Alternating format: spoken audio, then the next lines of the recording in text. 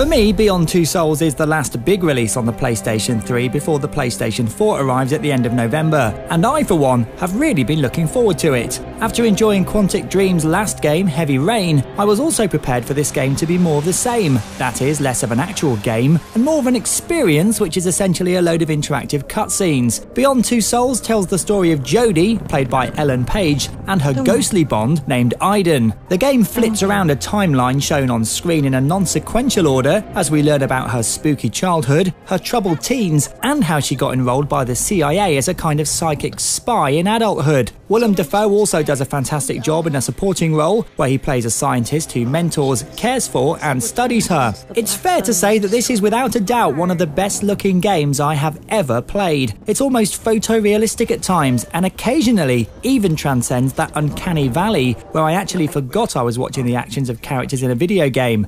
This in turn means that real emotion is conveyed, and there were times when Jodie channeled the spirits of dead loved ones where I did get a lump in my throat. Similarly, when things kick off as you play as the spirit of Aiden or see other ghosts enter the world, shivers did run down my spine. It's really immersive at times, but sometimes it is let down by some mundane actions you may have to perform in the game. Simple gestures are used to interact with the environment or run through the world, but sometimes you use them to tidy up, eat dinner, or do other boring chores you wouldn't want to do in real life, never mind in a game. Things get interesting though when you press triangle to look at the world through Aiden, an entity you can't quite work out is on Jodie's side or has some other malevolent plan. Using the analog sticks and L1 you can knock items over, kill people directly, or just roam around the world looking for secrets. There are also moments of action. When fighting, you move the analog stick in the direction Jodie is moving to hit or evade, and unlike Heavy Rain, I never lost a fight once. There are plenty of opportunities to misfire, and I guess this is because, like in a movie, the main character dying wouldn't go down too well, I suppose.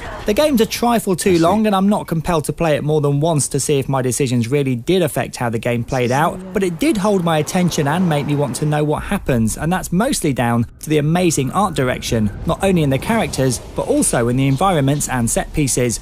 Hardcore gamers will probably snub this game, but if you play games for their story and not for high scores, it's a story that should have you gripped for the most part. It gets 7 out of 10. Games Weasel.